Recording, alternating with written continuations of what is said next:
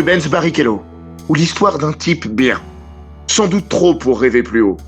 À jamais, le Brésilien aux 11 victoires et aux 322 départs en Grand Prix restera associé à Michael Schumacher et à Ferrari, qui ont profité de sa docilité pour le malaxer comme une pâte molle durant 5 ans.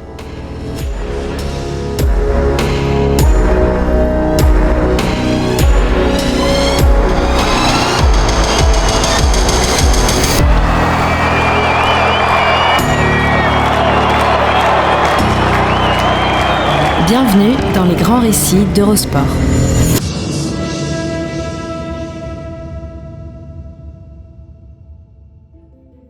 Bienvenue dans les grands récits, le podcast d'Eurosport qui vous plonge dans la folle histoire du sport. Entre pages de légendes, souvenirs enfouis et histoires méconnues. Toujours à hauteur d'homme. Nous allons aujourd'hui faire un retour sur une relation contrariée. Et qui sait, un talent gâché. Oui, Florian. Aujourd'hui, nous allons parler d'un gars loyal, honnête et droit. Avec un cœur gros comme ça. Cherchez, grattez, creusez, tout ce que vous voulez. Dans le paddock, vous ne trouverez pas grand monde pour persifler et dire du mal du gentil Barrichello. Au-delà de ses mérites volant entre les mains et sa longévité exceptionnelle parce qu'unique, 322 départs et 19 saisons passées sur les circuits, le Brésilien a marqué ceux qu'il a côtoyés et laissé une trace à part, par une loyauté et une droiture qui ne sont pas les qualités les plus répandues dans le monde de la Formule 1, où les requins sont bien plus représentés que les dauphins. Sa différence ? Rubens Barrichello ne l'a jamais entretenue. Elle s'est imposée à lui, ainsi qu'aux témoins de sa carrière. Fils d'un garagiste qui bossait à 2 pas du circuit d'Interlagos, Rubinho a rapidement eu la vitesse dans le sang. Il s'est rêvé numéro 1, comme les autres. D'ailleurs, ne croyez jamais un sportif de haut niveau qui ferait sienne la maxime de Coubertin. Parce que l'essentiel est peut-être de participer, mais l'indispensable est de gagner, point barre. Aucun athlète, de surcroît pilote, ne s'est jamais construit en se disant qu'il se contenterait d'être l'autre, de devenir la béquille, celui qui prend ce qu'il reste de lumière en acceptant la pénombre. Rubens Barrichello ne fait pas exception, mais le Brésilien a toujours eu à batailler avec sa nature et des ombres envahissantes au-dessus de sa tête. La première était bienveillante, la deuxième, bien moins. Le tort du natif de Sao Paulo aura été de ne pas savoir dire non, d'être celui qui a trop dit oui, toujours.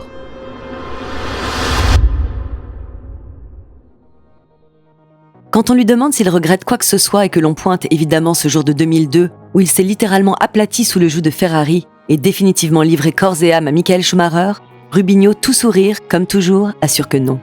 On a envie de le croire, avec le droit d'en douter. Et le devoir de penser qu'il n'a pas complètement maximisé son potentiel tout au long de ces presque 2 décennies passées à tourner sur les circuits du monde entier.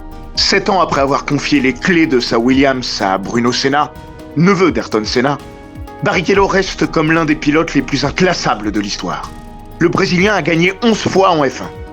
Un pécule loin d'être ridicule et qui a suffi à d'autres pour inscrire leur nom au palmarès du championnat du monde.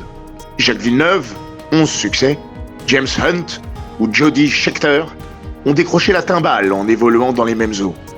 D'autres, tels Keke Rosberg, ont même fait mieux avec beaucoup moins, parce qu'ils ont su saisir leur chance ou s'affranchir à un moment donné. Pas Rubinho, parce que ce n'était pas lui. Début 1993, Rubens Barrichello est propulsé par des sponsors en Formule 1. Il débarque chez Eddie Jordan, avec des rêves de grandeur plein la tête. Et un exemple, Ayrton Senna. Barrichello, à 20 ans bien tassé, ne tarde pas à montrer ses qualités. Si sa monoplace manque de fiabilité, son coup de volant est déjà remarquable et remarqué. Comme à Donington, ou dans des conditions météorologiques que l'on qualifiera de difficiles, il s'élance du 12e rang sur la grille pour se retrouver 4e au terme d'un premier tour resté dans la légende de la F1, grâce à la maestria d'un autre pilote à Auri-Verde, le plus grand d'entre eux, Ayrton Senna. Prost gets away well, so does Hill, so does Schumacher, and Wendlinger is coming up well. Senna is crowded out and is down to 5th position, and Wendlinger is up into 3rd place ahead of Schumacher. Brilliant start by the Austrian driver in the black Sauber. Prost leads, Hill 2nd, Wendlinger is 3rd, and Ayrton Senna is up to 4th position ahead of Schumacher and challenging Wendlinger as they go round the right-hander into the old hairpin. Senna is up to 3rd. Barrichello grimpera jusqu'à la 3e place avant de rendre les armes. Vainqueur de ce Grand Prix d'Europe, Senna, géant et bientôt légende, va prendre son cadet sous son aile. « 17 avril 1994, Aïda, Grand Prix du Pacifique. Le jour où Rubens Barrichello met les 2 pieds sur un podium pour la première fois, le triple champion du monde n'est pas loin. Le genou, Euro 3e, file fêter ça à Disneyland. En sortant de sa chambre d'hôtel, il fonce littéralement sur Senna qui lui demande « Où est-ce que tu cours comme ça ? À Disneyland !» lui répond Rubinho. Senna se laisse embarquer dans la virée et se retrouve attablé chez Mickey pour s'envoyer 2 cheeseburgers. Un détail pour vous, pas pour Senna, qui faisait attention à tout et ne négligeait rien quand il était question de sa forme physique. Mais Ayrton aimait bien le gamin. Ça valait bien ce petit écart. L'amitié naissante entre les deux hommes va tourner court. 15 jours plus tard, Ayrton Senna a rendez-vous avec la grande faucheuse à Imola, au cœur d'un week-end maudit et dont Barrichello reste l'un des acteurs oubliés. Parce qu'à la différence de Senna et de Roland Ratzenberger, son spectaculaire vol plané du vendredi à 220 km/h ne lui a pas coûté la vie. Même si le coup est passé près, puisque toujours attaché dans sa monoplace désossée, le rookie était en train d'avaler sa langue quand le professeur Watkins la lui a retirée de la gorge. Le premier visage que j'ai vu une fois à l'hôpital, c'était celui d'Ayrton. Il avait les larmes aux yeux, c'est la première fois que je le voyais comme ça. Il le vivait comme si l'accident lui était arrivé à lui. Rentré à la maison et devant la télé pour suivre le Grand Prix de Saint-Marin, le convalescent ne prend pas conscience du drame qui se noue sous ses yeux. Après le choc de Tamburello, il aperçoit la tête de Senna bouger dans sa Williams Renault. Rubinho pense que son aîné est encore en vie. Caméra embarquée dans la Benetton de Michael Schumacher, juste devant lui, Ayrton Senna. À plus de 300 km/h, le pilote de la Williams tire tout droit dans la courbe de Tamburello. Image terrible pour les passionnés de Formule 1, le choc frontal ne lui laisse aucune chance, la voiture est pulvérisée. Ayrton Senna décédera ce dimanche 1er mai à l'hôpital de Bologne. 4 jours plus tard, Barrichello rentre à Sao Paulo pleurer Senna et assister aux premières funérailles de sa vie, celle d'une légende. Ne vous inquiétez pas, je serai là pour vous. Je suis brésilien et j'aime ce pays. Lance-t-il alors à ses compatriotes. Les paroles de réconfort se transforment en promesses, qui se révèlent vite intenables et va se transformer en fardeau. Si Barrichello devient le plus jeune poleman de l'histoire, 4 mois après, à Spa-Francorchamps, il ne parvient pas à transformer l'essai. Plus tard, il reconnut. J'étais pas préparé à ça. Les gens ont commencé à trop attendre de moi. Je me suis écroulé. J'étais trop jeune. Il devra attendre 6 ans pour rendre à Senna l'hommage qu'il rêvait de lui offrir quand le triple champion du monde a perdu la vie.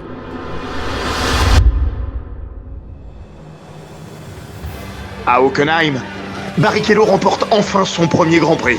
Sur les terres de son nouveau coéquipier et rival Michael Schumacher, le Brésilien rentre enfin dans une caste privilégiée, celle des vainqueurs en F1. Ému aux larmes, drapeau à Auriverde en main, Barrichello savoure, alors que de nouvelles perspectives paraissent s'ouvrir devant lui. Il n'ira jamais plus haut. Pendant 5 ans, Ferrari lui a pourtant offert la meilleure monoplace du plateau, et de loin. Quand Jean Todt, boss de la Scuderia, est venu le débaucher chez Stewart, il lui a promis de le traiter comme un roi. Comme le roi. Jean est venu me voir. Le deal a été rapidement conclu. Je lui ai dit, si vous m'offrez un contrat pour rester derrière Michael, je préfère vous dire merci beaucoup, mais je reste où je suis. Jean m'a répondu, non, on veut pas faire ça. Barrichello ne va pas tarder à se rendre compte que les promesses n'engagent que ceux qui les écoutent. Les dés sont pipés, bien comme il faut. Michael Schumacher est déjà double champion du monde, 1994 et 1995, et un pilote à part, qui n'accepte pas que le monde ne tourne pas autour de sa personne. Demandez donc à Johnny Herbert, son coéquipier chez Benetton en 1995, qui fut privé des datas du Kaiser le jour où ce dernier se rendit compte que le Britannique avait des vues sur le titre mondial. Durant 5 ans, les relations entre Schumacher et Barrichello seront feutrées, mais fortement teintées de frustration pour le Paulista, qui n'aura jamais l'impression de se battre à armes égales avec celui qui, en plus d'être le meilleur pilote du circuit, réussit partout où il passe à s'octroyer les droits qu'il juge inhérents à son talent et à sa position. Barrichello souffre en silence, parce qu'il est comme ça. J'ai toujours essayé de transformer le négatif en positif. La plupart des gens en F1, pas seulement les pilotes, n'ont pas le sourire parce qu'ils oublient combien ils sont chanceux d'être là. Et ils sont payés pour ça. Quand un pilote se rate, il doit toujours se souvenir qu'il fait ce qu'il aime. S'il pilotait pas, il serait peut-être employé de banque ou de supermarché. Lui est coéquipier d'un pilote despote. Au début de la saison 2000, je me rends compte que le mulet est seulement paramétré pour Michael. Pourquoi ? Parce que c'est dans le contrat de Michael. Le mulet est toujours préparé pour lui. Lui répond-on dans les couloirs de Maranello. Moi, dans mon contrat, il n'y avait rien sur le sujet. J'ai fini par découvrir qu'il y avait beaucoup de choses dans les contrats de Michael qui n'étaient pas spécifiées dans le mien. Ça peut sembler manichéen, mais le bon Rubens s'est fait manger tout cru par le machiavélique Michael. La relation entre les deux hommes est strictement professionnelle. Michael Schumacher est une machine à gagner. Point barre. Sa seule obsession, vaincre. Ses coéquipiers, un mal nécessaire au mieux. Quand Barrichello reviendra sur leur relation, 3 ans après avoir quitté la Scuderia, et se plaindra à mots couverts du traitement qui lui a été réservé, Schumi rétorquera sèchement « Personne ne peut être ralenti par un contrat. Si tu es rapide, tu es rapide. Et donc tu es le numéro 1. » Sa meilleure saison, Barrichello la vivra, ou la subira, c'est selon, en 2002. 4 victoires au volant d'une des monoplaces les plus dominatrices de l'histoire. Paradoxalement, c'est au cœur de cette année que Barrichello vit sa pire humiliation. C'est à ce moment-là qu'il devient définitivement le larbin de Schumi et de Ferrari. Depuis de longs mois, la Scuderia n'a de chaleureuse que la couleur rouge qui recouvre ses monoplaces. L'écurie mythique s'est transformée en froide machine de guerre, qui a fait des sentiments un accessoire superflu. Sous la coupe de Jean Todt, général d'armée, et de son tank, Michael Schumacher, Ferrari a mis la main sur la Formule 1. Jamais elle ne l'écrasera autant qu'en cette année 2002, où Schumi roule littéralement sur la concurrence. 11 victoires, un sacre dès le 21 juillet à Manicourt, et une place réservée sur tous les podiums du championnat du monde. Barrichello ramasse 4 succès, et le reste du plateau se bat pour les miettes. Quand le petit monde de la F1 se retrouve en Autriche à la mi-mai, Schumacher n'a pas encore le titre dans sa poche. Mais presque. 4 victoires en 5 courses. Le Baron Rouge compte 21 points d'avance sur Juan Pablo Montoya, son plus proche poursuivant. Rubens Barrichello a dominé le week-end quand l'état-major de la Scuderia décide qu'il est temps, pour lui, de rentrer dans le rang. Schumi a un championnat à gagner. Il n'est pas question de tergiverser. Version motorisée de la Realpolitik. Sur le muret des stands, une voix s'élève à 8 tours de l'arrivée. Let Michael pass for the championship. Let Michael pass for the championship. Répète Todd, froid comme l'acier. Une fois n'est pas coutume, Rubens Barrichello a décidé de résister. L'an dernier, même endroit, le Brésilien avait laissé sa 2e place à l'Allemand, à la sortie du dernier virage. Le championnat était en jeu. Cette fois, pas question de céder. Aucune raison.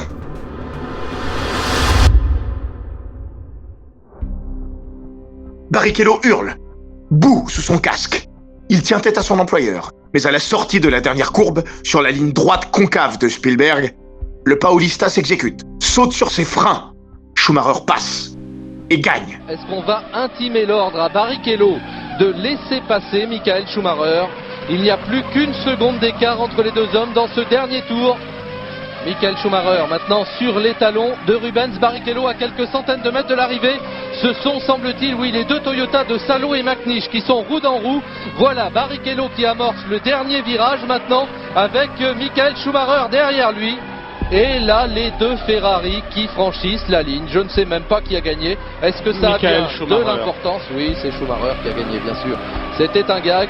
Et bien voilà, je ne sais pas si c'est la plus belle victoire de Michael Schumacher, comme l'an dernier. Voilà, Barrichello qui, dans les derniers mètres, a laissé gagner Michael Schumacher. Alors là, écoutez, vous allez chacun en penser exactement ce que vous voulez de cette affaire-là. Pour ma part, et je pèse mes mots, je préfère ne rien dire. Je pensais que c'était du sport. Au moins l'Allemand a-t-il la présence d'esprit et la décence de ne pas serrer le poing au moment où débute son tour d'honneur, ou plutôt de déshonneur. Sur le podium, Schumi laisse la plus haute marche à Barrichello sous les sifflets. Juan Pablo Montoya, le 3e homme du jour, hausse les épaules. La scène est surréaliste et devient absurde au possible quand Barrichello fait monter Schumi à ses côtés. L'Allemand résiste avant de s'exécuter. Est-il gêné? Il fait mine que oui, et assurera quelques minutes plus tard que c'est pas honnête et qu'il n'assume pas la décision de l'équipe, qui devra régler un chèque d'1 million de dollars à la FIA en guise d'amende. Quid de Rubens Barrichello? Il s'est aplati sur la piste. Il en fera de même devant les caméras. La raison est simple, même s'il tentera de l'enjoliver quelques années après, et d'ajouter des détails peu crédibles. S'il a cédé, c'est parce que son logiciel interne le lui a imposé, ainsi que le nouveau contrat qu'il vient de paraffer. Je viens de re-signer pour 2 ans avec Ferrari. J'avais pas le choix. Je traverse une période plutôt agréable, je deviens un meilleur pilote et puis j'en gagnerai d'autres. Michael m'a donné le trophée. Je le ramènerai à la maison ce soir. Rubinho a donné le bâton pour se faire battre. Ferrari le tenait déjà très fort.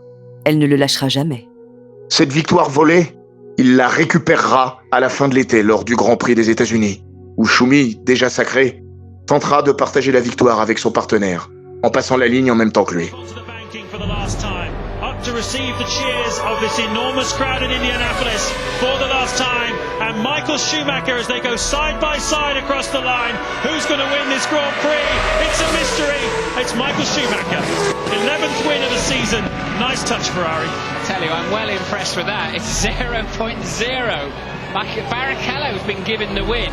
Barrichello's been given the win over the line. Barrichello s'impose pour 11 millièmes. Aujourd'hui, il m'a remboursé, dira-t-il, magnanime, comme à son habitude, mais sans trop y croire. Barrichello a accepté son rôle. Il le tiendra à merveille 3 années encore, dans l'ombre du plus grand pilote de tous les temps.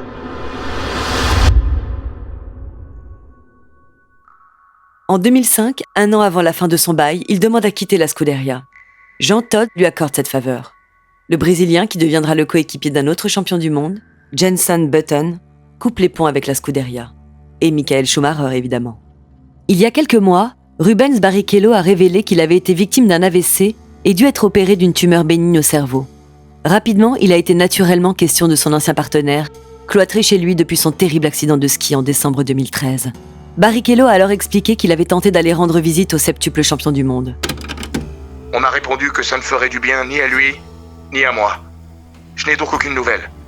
Mais il faut respecter les vœux de la famille. Un gars loyal, honnête et droit.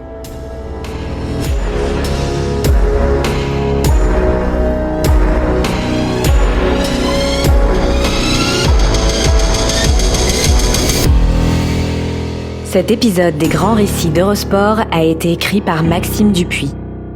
Il est raconté par Hortense Marin et Florian Bayou. Monté par Romain Redon et produit par Bababam. N'hésitez pas à vous abonner, commenter, partager et noter ce podcast sur Apple Podcast, Google Podcast, Castbox, Spotify, Deezer et toutes les plateformes audio.